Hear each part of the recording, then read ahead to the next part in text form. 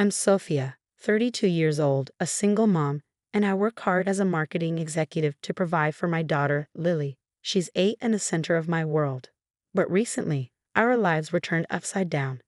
The doctor's words still echo in my head. Miss Thompson, I'm afraid Lily has a rare heart condition. She'll need surgery. Urgently. Every night since, I lie awake, replaying those words, struggling to balance work, taking care of Lily, and now planning for her life-saving surgery. Just when I thought things couldn't get more overwhelming, my sister Olivia called for a family meeting. We gathered at our parents' house. Mom, Dad, Olivia, my younger brother Jake, and me. Olivia practically bounced with excitement, flashing her engagement ring. I have amazing news, she squealed. We're having a destination wedding in Bali. As everyone gasped in awe, my stomach tightened. I knew what was coming next. It's happening next month, and I need everyone there.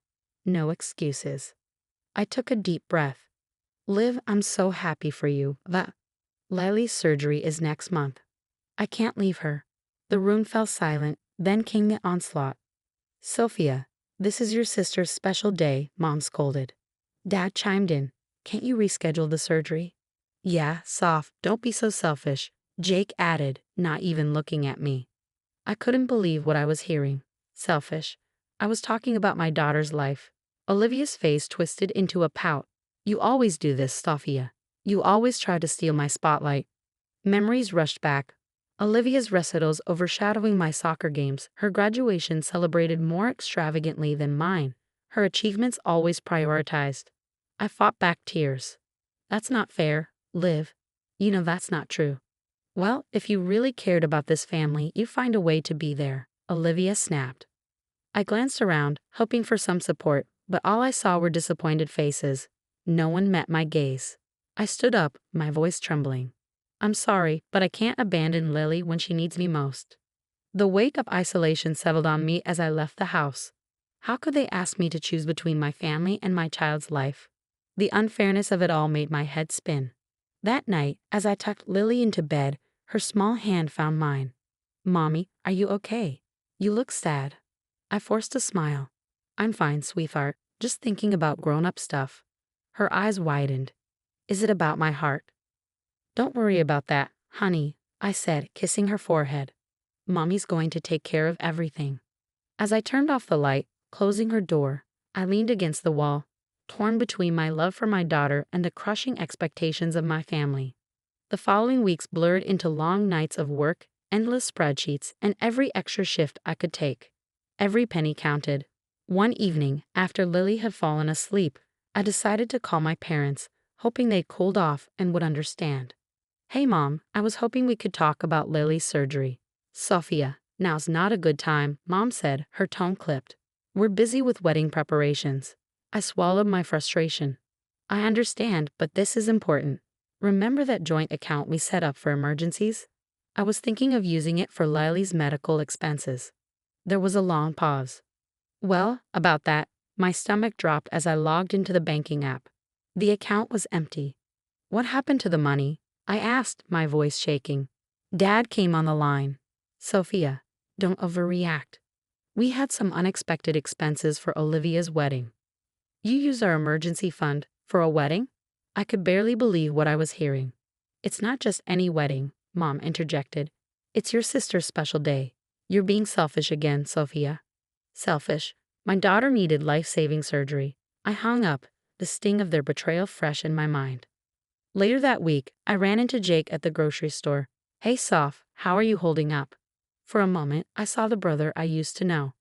It's tough, Jake. I could really use some support. He shifted uncomfortably. Look, I get it. But maybe you should just suck it up and come to the wedding. It would make things easier for everyone. Easier for everyone except Lily and me, you mean? I said bitterly. Jake's face hardened. Don't put this on me, Sophia. You're the one causing all this drama. He walked away, and I felt the last thread of hope snap. The day before they were set to leave for Bali, I stopped by my parents' house to drop off some misplaced mail.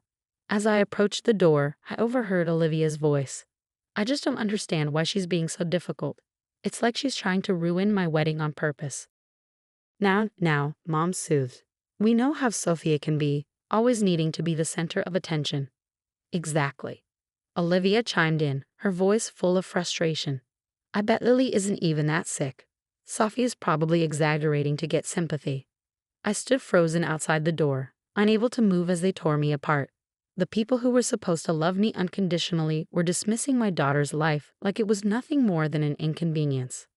The next morning, I watched from my window as they loaded their cars, laughing and excited for their trip. Not one of them looked back at our house. Not one of them came to say goodbye. I sank to the floor, sobs shaking my body. How could they do this? How could they abandon us when we needed them the most? Mommy? Lily's small voice came from behind me. Why are you crying? I quickly wiped my tears and forced a smile. It's nothing, sweetie. Mommy's just a little tired. I hugged her close, making a silent vow to myself. We would get through this, just the two of us. I would never let anyone hurt my little girl the way they had hurt us. One sleepless night, an idea popped into my head. I'd seen stories of people raising money online for medical expenses. Maybe, just maybe. The next day, I set up a crowdfunding page. My hands trembled as I typed out our story, laying bare the raw truth of our situation. I hit post and held my breath. At first, nothing happened. Then, ping. A donation. Then another. And another. My phone buzzed. It was Sarah, a coworker. Sophia, I just saw your post. I had no idea what you were going through. We're all chipping in at the office, she said. I was overwhelmed. People I barely knew were reaching out, offering help and kind words. The next day at work, my boss, Rachel, called me into her office. My heart sank. Was this about all the overtime I had been working? Sophia, why didn't you tell me how bad things were? Rachel's eyes were filled with concern. I didn't want to bring my personal problems to work, I mumbled. Nonsense. We're family here, she said, handing me an envelope.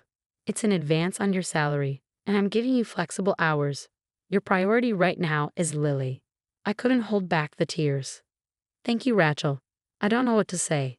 As I left her office, I overheard two colleagues whispering. Can you believe what Sophia's family did? Choosing a wedding over her daughter's surgery. Disgusting. A part of me felt vindicated, but mostly, I just felt sad. Word of our situation spread, and soon the local news reached out to share our story. Before I knew it, I was sitting in front of a camera, telling the whole city what we'd been through. And your family? The reporter asked, her eyes wide with disbelief. They're not helping at all. I swallowed hard. No, they made their choice. The story aired that night, and my phone exploded with messages of support. Donations poured in even faster. At Lily's next hospital visit, we met Elena, a child life specialist. She had a warmth that instantly put Lily at ease. You know, Sophia, Elena said one day as we watched Lily play, you're doing an amazing job. Not everyone could handle this with such grace.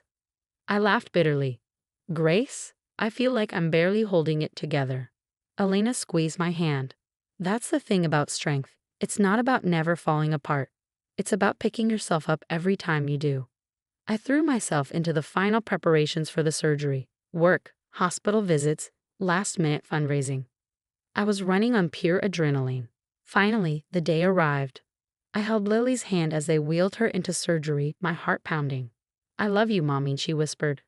I love you too, baby, so much. The wait was agonizing. Every minute felt like an eternity, but finally the doctor emerged with a smile. The surgery was a success.